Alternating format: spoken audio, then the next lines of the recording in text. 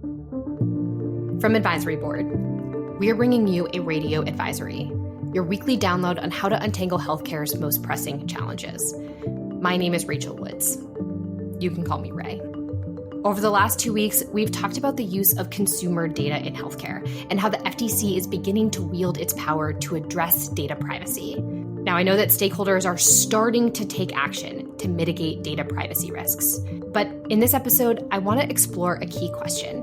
What happens when the concerns we've raised in the last 2 weeks are left unchecked? This might seem like a hypothetical question, but we have a test case that's been top of mind for the last year: reproductive data privacy after the Dobbs decision that overturned Roe v. Wade. In the third and final episode of our data series, we want to explore data privacy in the wake of Dobbs and how healthcare leaders should be thinking about protecting patient reproductive data. To do that, I've brought Advisory Board digital health experts, John League and Ty Adderhold. Ty, John, welcome back to Radio Advisory. Thanks, Ray. Back again. Yeah, Ty. Third week in a row. How sick of me are you at this point? It's sort of become something I can look forward to every week. It's just conversation with you. Oh, that's the best lie that I've heard this week. Truly. Thank you for that. Thank you for that.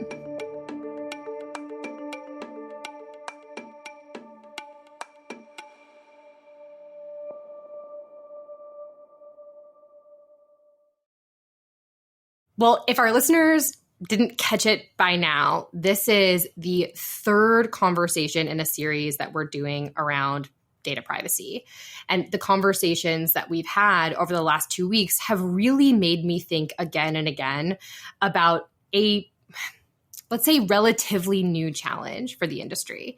And that's in the wake of last year's Dobbs decision. Let me get specific here.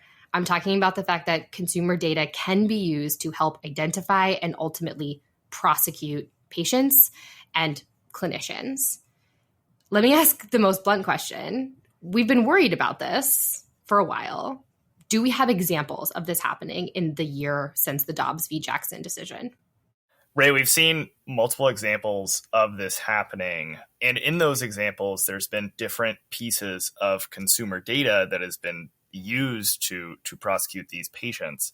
Some of the pieces of data we've seen used multiple times. A big one is geographic location. That's in most of these cases. And that's, geographic location of the patient traveling to a clinic or traveling to receive care.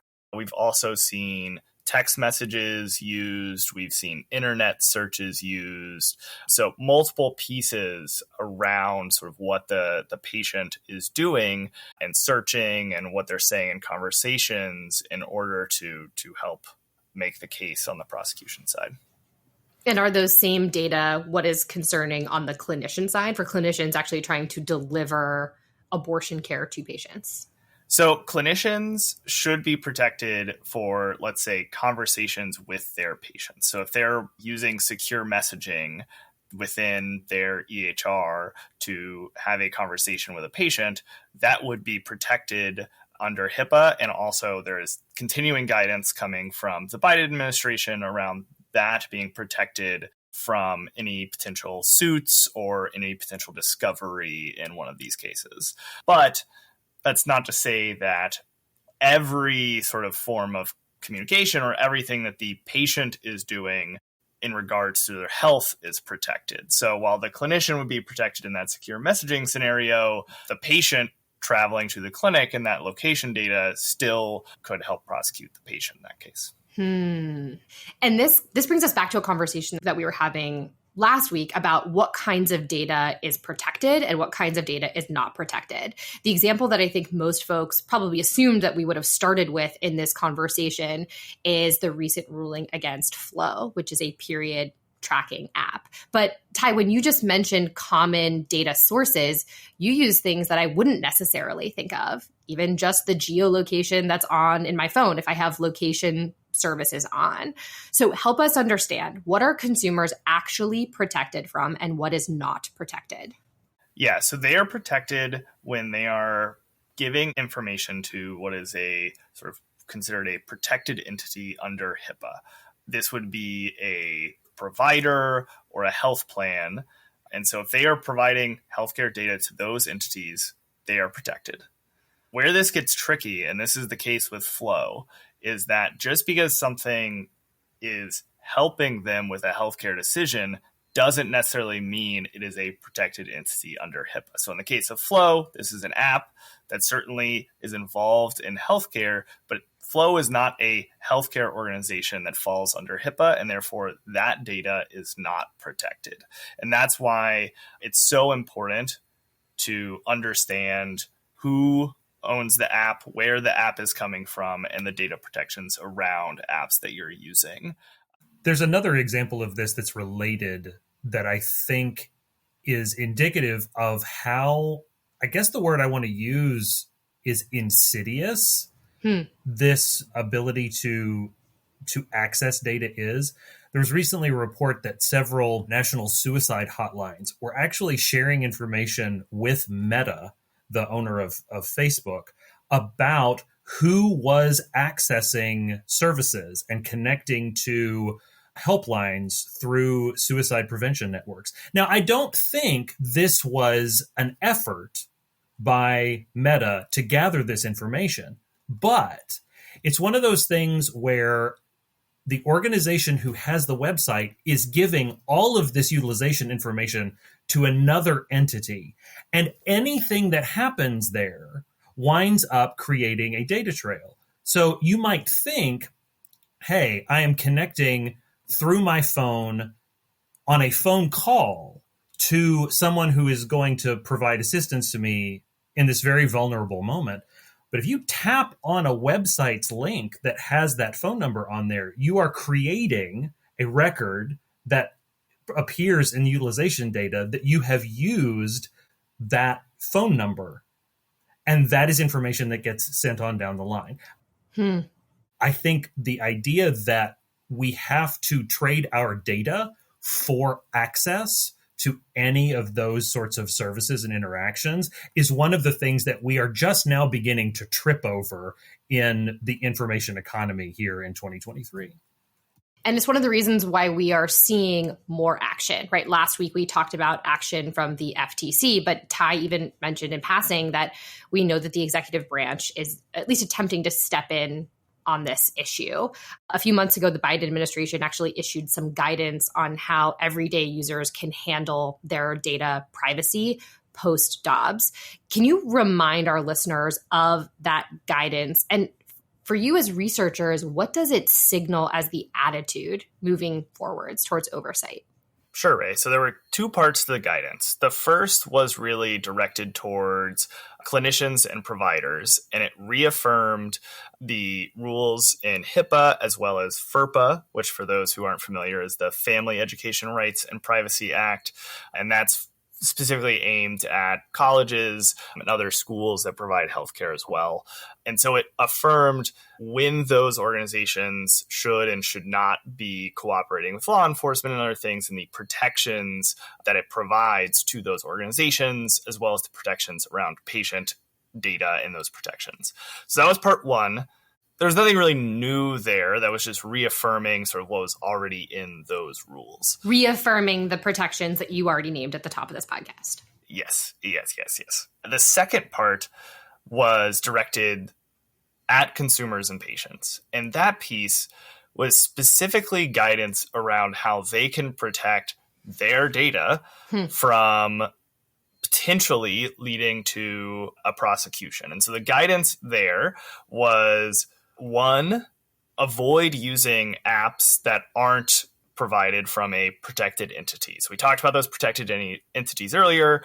Their guidance is don't use those if possible. Their other guidance was turn off your geolocation permissions on your phone. Go into your phone, and there's actually, it lists how to do it on iPhone and Android. So they're providing explicit instructions on how to do this. But they end by saying, even if you go through all those steps, you're still going to have some geolocation data that goes to your service provider, your telecom service provider, that could be used in a potential prosecution. So the last line of their recommendation is, when possible, we would recommend leaving your phone at home if you are trying to avoid being tracked in these scenarios. Wow. And so that is pretty stark guidance in 2023 to just say, you know what? All we can really tell you to do if you're trying to avoid being tracked and this data not get out there is just leave your cell phone at home. And what that tells me is they're putting all of the sort of impetus to avoid some of this tracking and this consumer data getting out there on the patient themselves. Which we said explicitly last week is far from fair, even though it feels like that is the option that's available. We'll be right back with more Radio Advisory after this short break.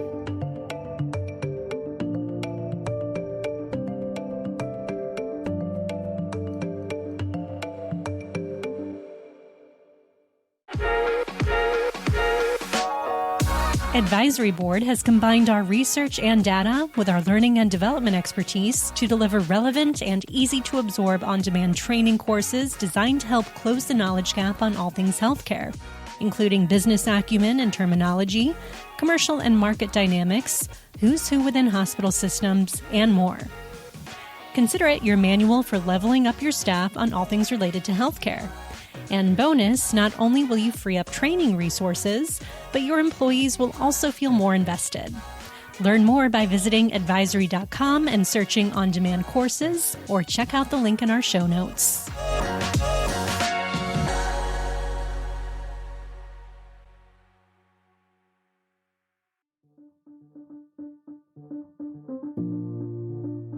Let's talk about the role of the people who are listening to this podcast, which are, of course, the health leaders, the stakeholders from providers to payer to life sciences companies and everything in between. What do you want to see them do to help protect patient data on behalf of pregnant people and of course, also for their clinical staff? I think it's on the providers to be the advocate for the patient about the data. You know, we wouldn't cede the position of informing patients about anything that was related to their healthcare to another organization. If plans and providers are really interested in caring for these patients, they have to give them all the data all the information that they require. And here that relates to how their data can be related to their healthcare. That is a bar that we have not been ready for in a lot of ways. And I think that we need as an industry to share that burden with the patients.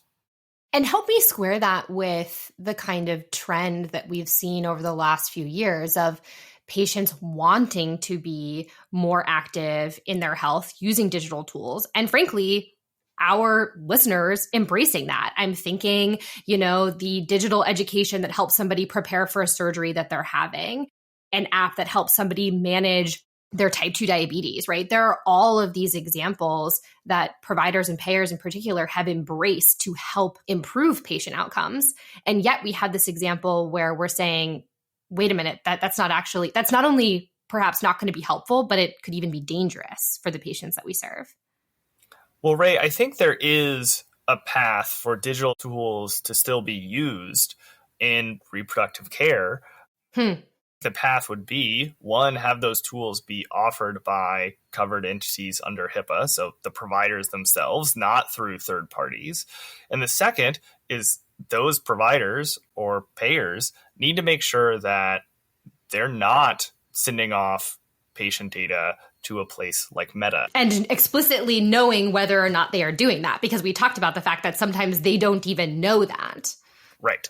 But if those two things are true, so it's an app or website that is directly offered by the covered entity and they're not sharing data with third party, then everything will be protected under HIPAA and can't be prosecuted or, discovered under lawsuit. And so in those specific instances, you could still see a digital tool being useful. Again, there is limitations though, and that goes back to some of this geolocation data stuff. There's no good answer there at the end of the day for some of those things other than talking to patients about it. I wonder if what we're saying then is that the stakeholder that has the most power to step in here is actually provider organizations. And if that's true, that immediately makes me nervous because I would not call them the most tech savvy stakeholder that we work with. The requirement for them is not unique. The technology and the capabilities require them to look in different places. But if you think about how a provider determines a course of treatment for a patient, one of the things that they always have to consider is, what are the side effects? What is the downstream consequence of this treatment? This is a side effect of that treatment. And when we speak about reproductive care and we talk about digital solutions, we have to be aware that this is one of those things that presents at the same time.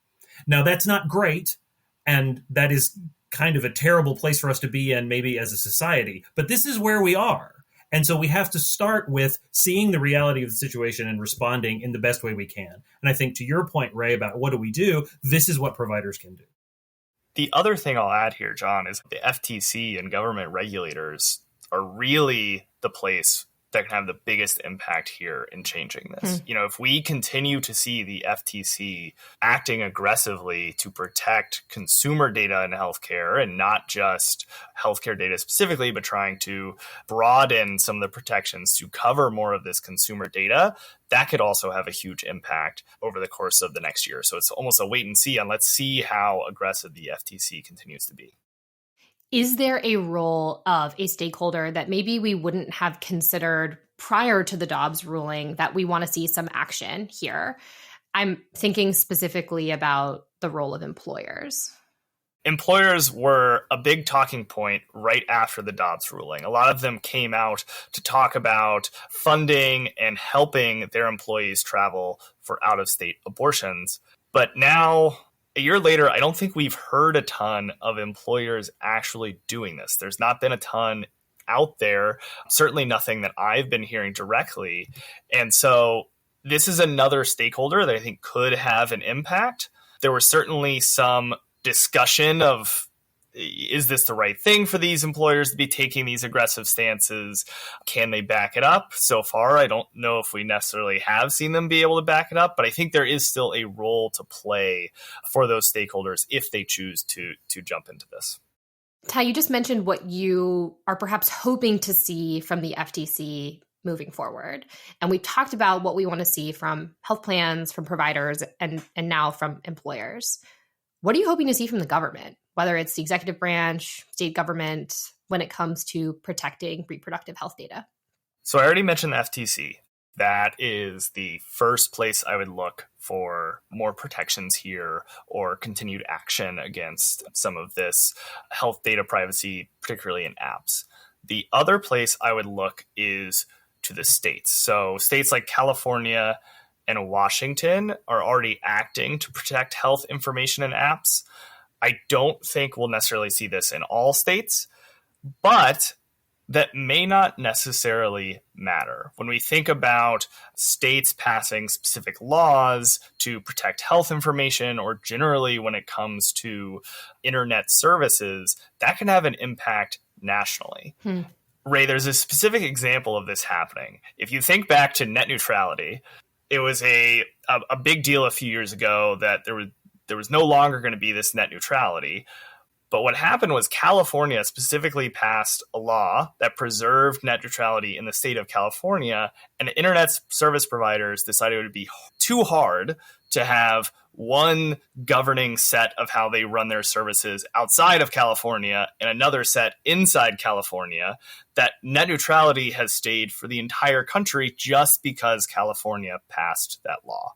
And so you could see if enough states have strict health data privacy laws, it could force app providers to adhere to those laws in those states because they don't want to have two different apps or functions that they're providing based on state by state. I think it would be easy for our listeners to walk away from this episode in particular, but really the last 3 episodes of Radio Advisory, and feel a little bit defeated, right? And I want to make sure that we are giving our listeners an action item, something that they can do that empowers them to use data in a way that is impactful for their organizations and also protects the needs of the patients that they serve. So what is the one thing that you want listeners to do as a result of listening to the conversations that we've had over the last 3 weeks?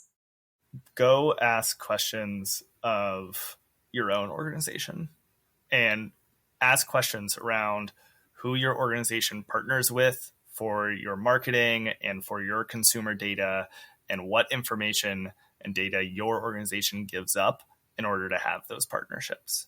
Go ask the questions, because I think so many organizations don't even realize they need to be talking about this or questioning sort of the current partnerships and vendors that they're using. And I think that's a huge step one. I would say take a patient-centered approach, take a member-centered approach. So many of the organizations that we talk to, Ray, say things like, oh, we're so patient-centered and we're so patient-focused. Yeah. If you're really focused on the patient, you need to be their advocate when it comes for the way that their health data is used. Full stop. Well, John, Ty, thank you so much for coming to Radio Advisory. Thanks, Ray. It was great to talk. Thanks, Ray. Ty, I am so happy that we will not have you next week, although I will miss you very dearly. It'll be nice to have, a few weeks off before we chat again, I'm sure. Before the next time. For the next time. Look, the most important thing that I want you to take away from the last 3 weeks of episodes is that you all play a very important role here. And I know that getting used to consumer data and asking interrogating questions about its use is going to be a new muscle for most of you. But I hope this episode emphasizes how essential it is. And remember, as always, we're here to help. If you like Radio Advisory, please share it with your networks. Subscribe wherever you get your podcasts and leave a rating and a review. If you're interested in learning more about how our researchers are thinking about the impact of the Dobbs decision 1 year later, I want you to go to the link in our show notes. Radio Advisory is a production of Advisory Board. This episode was produced by me, Ray Woods, as well as Katie Anderson, Kristen Myers, and Atticus Rosh. This episode was edited by Josh Rogers, with technical support by Chris Phelps, Joe Schrum, and Dan Tyag. Additional support was provided by Carson Sisk and Leanne Elston. Thanks for listening.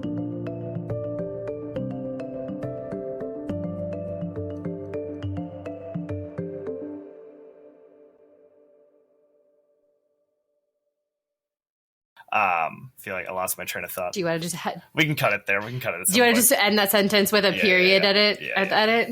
Use of... Do you want to take it again so that you can have a period at the end of your sentence? Yeah, what'd I say? I was just chatting. I don't even know what you said. I know. How is it immediately left all of our brains at the same time? And there's the outtake at the end.